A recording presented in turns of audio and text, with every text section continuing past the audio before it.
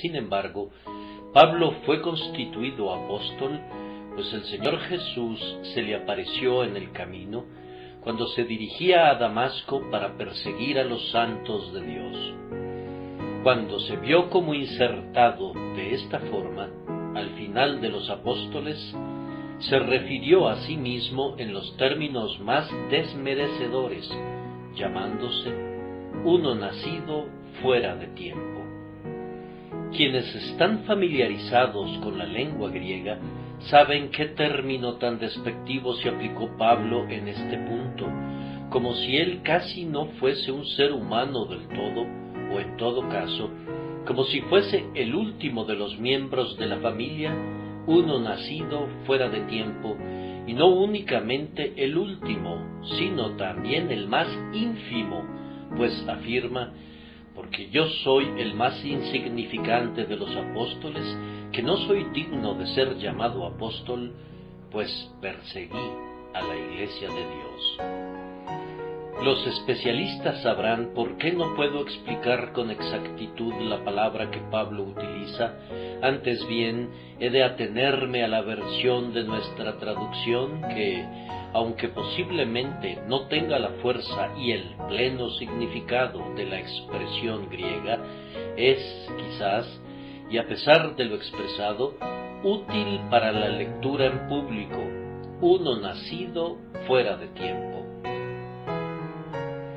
Pablo tenía un concepto muy humilde de sí. Se consideraba menos que nada, se rebajaba al punto de una consideración ínfima y mencionaba que fue traído a Cristo y constituido apóstol cuando el tiempo para un nombramiento así había aparentemente concluido.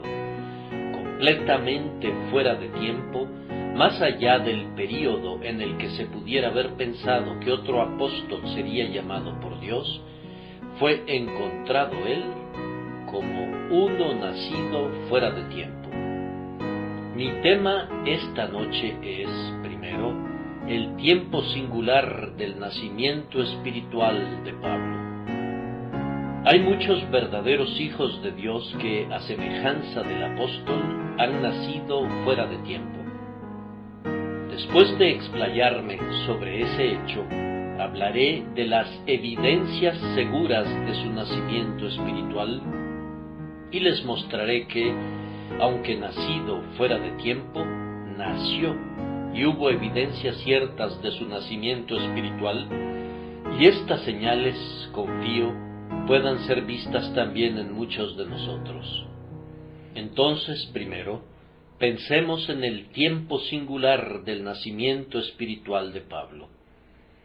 Hay todavía algunas personas que, como el apóstol, nacen para Dios fuera de tiempo. Son verdaderamente nacidas de nuevo, regeneradas, convertidas en el momento menos esperado. Ha habido multitudes que han sido traídas a Cristo bajo la influencia de sermones ardientes, cuando los llamados de hombres fieles han conmovido a la congregación y la verdad ha penetrado en los corazones de muchos de los oyentes. Pero ha habido también tiempos en los que los ministros de Dios han languidecido, cuando el sermón ha parecido desprovisto de toda fuerza, cuando nadie ha dado la impresión de haber sentido el poder del discurso, y aparentemente la verdad ha caído de bruces. Sin embargo, en muchas de esas ocasiones ha habido algunos pecadores que han sido convertidos a Dios, cuando difícilmente hubiéramos pensado que eso fuera posible. El señor Tennant, un famoso ministro norteamericano del tiempo de Whitefield, uno de los hombres más denodados y seráficos que hayan proclamado el Evangelio de Jesucristo, tenía un oyente que permanecía inconmovible ante una buena cantidad de sus sermones más fieles. Otros fueron salvados, pero no este hombre. Parecía indiferente e inconmovible. Pero un cierto domingo sucedió algo muy inusual.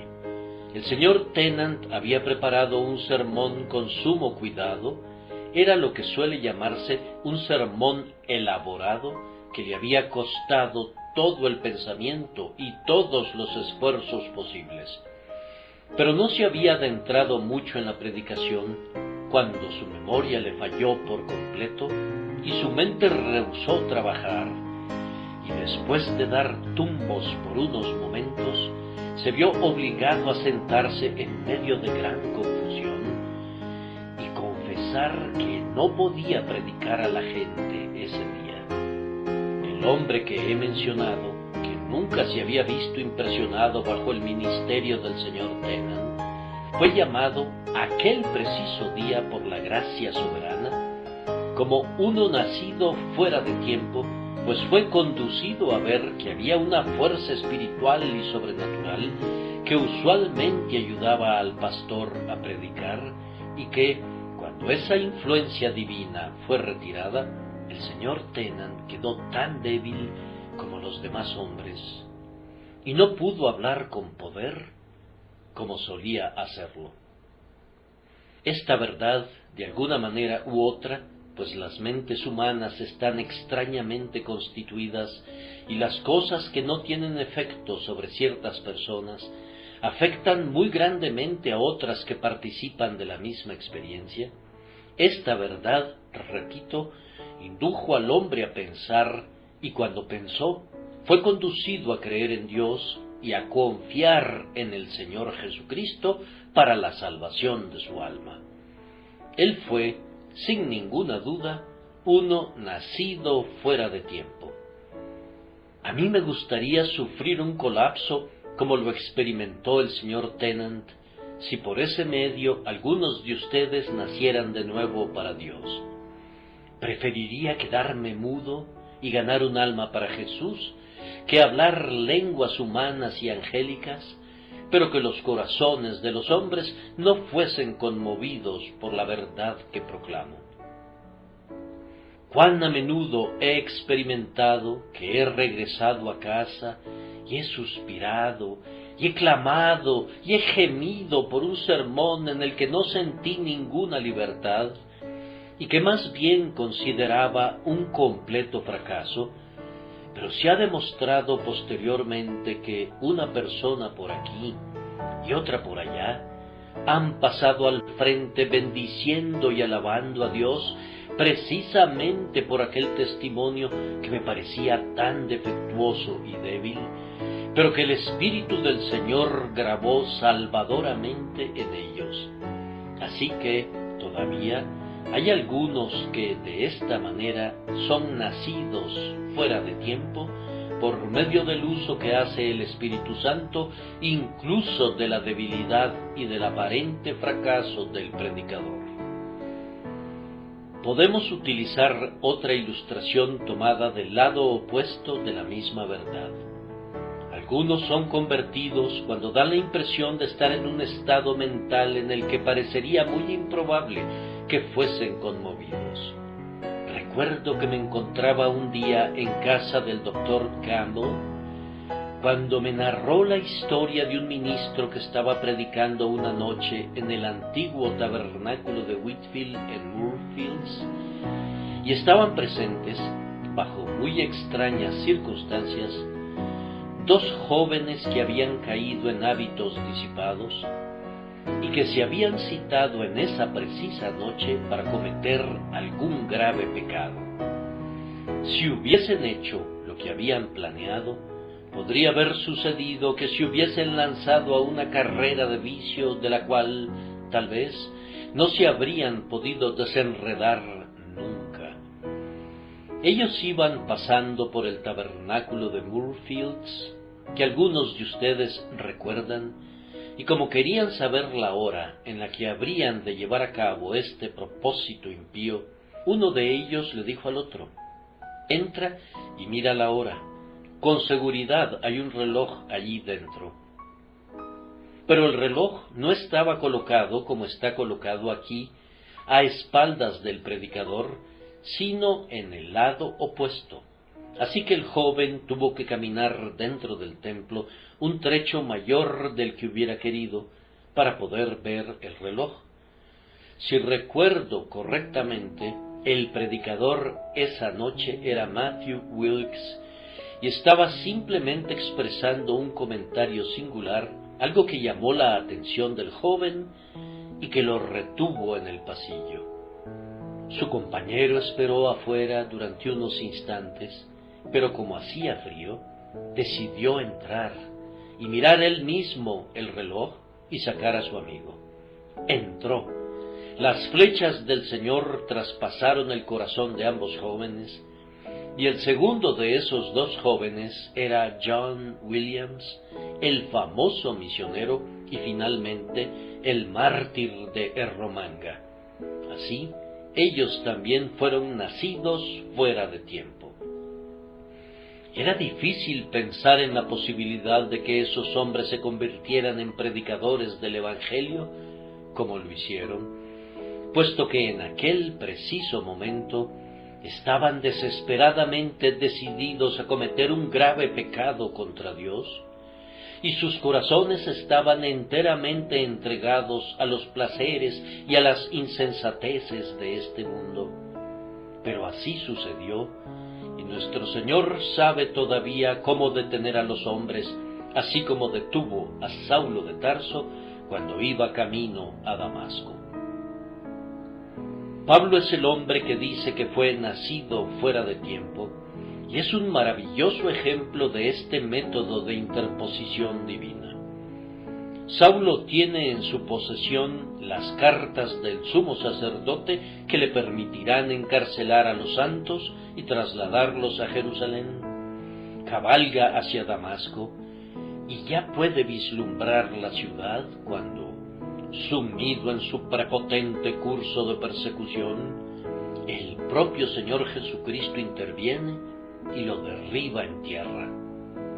Luego se levanta a orar y en sus 3 días de ceguera y ayuno se dedica a buscar al Señor y lo encuentra para la salvación de su alma y gozo de su espíritu, convirtiéndose así en un apóstol de ese mismo Salvador a quien, en su ignorancia, había estado persiguiendo. Después de tal triunfo de la gracia divina, no perdamos la esperanza con ningún pecador, a pesar de lo lejos que se hubiere adentrado en el pecado. Ustedes saben cómo Pablo, escribiendo a Timoteo, dijo de sí mismo: «Pero por esto fui recibido a misericordia, para que Jesucristo mostrase en mí el primero toda su clemencia, para ejemplo de los que habrían de creer en Él para vida eterna». El Dios que bendijo el descontinuado sermón del señor Tennant puede bendecir nuestra imperfecta obra en el púlpito, en la escuela dominical o en cualquier otra parte, y el Dios que salvó a hombres tales como John Williams y su compañero, cuando ellos menos pensaban que tal cosa ocurriera, puede también salvar a algunos que estuvieron descarriados aquí esta noche, sin la menor idea de los designios de amor que Dios tiene para con ellos, trayéndolos en este momento bajo el sonido de la palabra. A continuación, yo considero que un convertido puede ser descrito como uno nacido fuera de tiempo, cuando es llevado a Cristo después de un gran avivamiento o después de que un notable movimiento religioso ha llegado a un fin. Algunos de ustedes asistieron a los recientes servicios especiales dirigidos por los señores Fullerton y Smith. ¡Qué poder había en esas consagradas reuniones!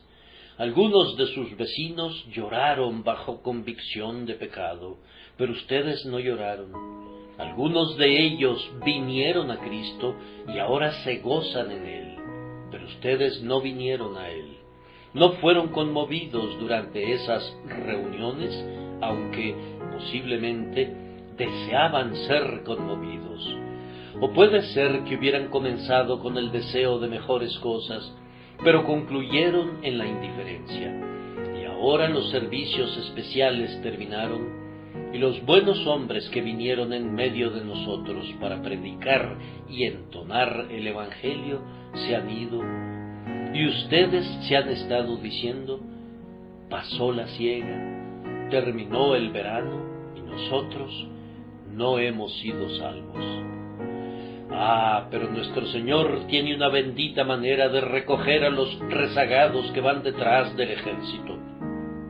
Cuando el cuerpo principal ha proseguido su marcha con sonido de trompeta, alabando a Dios, hay unos cuantos rezagados, y el Señor Jesús viene algunas veces y los recoge. Yo oro sinceramente porque algunos de ustedes sean recogidos de esta manera por Él, justo ahora, de tal forma que sean capaces de decir: nosotros no nacimos de Dios cuando muchos lo fueron. Como Saulo de Tarso, nosotros nacimos fuera de tiempo, pero bendito sea Dios, nosotros nacimos de nuevo por la obra eficaz de su Espíritu, fuimos traídos a Cristo para alabanza de la gloria de su gracia, y ahora nosotros también nos hemos convertido en hijos de Dios por la fe en Jesucristo. Ruego que así sea, queridos amigos. Oh, ustedes que pertenecen al pueblo cristiano, inclinen sus corazones delante de Dios y pídanle que así sea. Tal vez el mero hecho de que esos servicios hayan terminado y que esa agraciada oportunidad haya concluido, pueda grabarse en las mentes de algunos que estuvieron presentes durante esas reuniones, pero no fueron convertidos, y ahora busquen al Salvador y lo encuentren para su salvación y felicidad eternas. El Señor puede bendecir métodos extraños para el despertar de los impíos. Cuando el puritanismo parecía ser hollado bajo el pie, en el reino de Jacobo I, que promulgó el libro de los deportes y dio orden de que cada clérigo leyera desde el púlpito el domingo, que era la voluntad y el placer reales que los jóvenes jugaran al fútbol y al cricket y otros juegos y pasatiempos en la tarde de los domingos, algunos ministros piadosos que realmente amaban al Señor no sabían qué hacer. Uno de ellos pensó que, tal vez, estaría bien hacer lo que el rey ordenaba, pero agregar algo más. Así que, cuando llegó el domingo para la lectura del libro de los deportes a la gente, él dijo: el rey y las autoridades me ordenaron que les leyera este documento, pero haberlo leído aflige mi corazón y mi conciencia. Yo sé que es perverso, y malo, y vergonzoso y abominable profanar el domingo según son invitados a hacerlo, y me pregunto qué será de mi país cuando desde la propia Iglesia se recomienda el quebrantamiento del día domingo.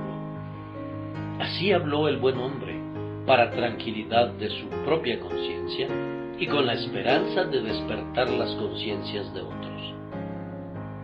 Sucedió que se encontraba en la congregación ese día un joven que siempre había sido un promotor de los deportes dominicales. Tan pronto salía de la iglesia en la mañana, iba al campo deportivo y se entregaba decidida y furiosamente a las diversiones del momento.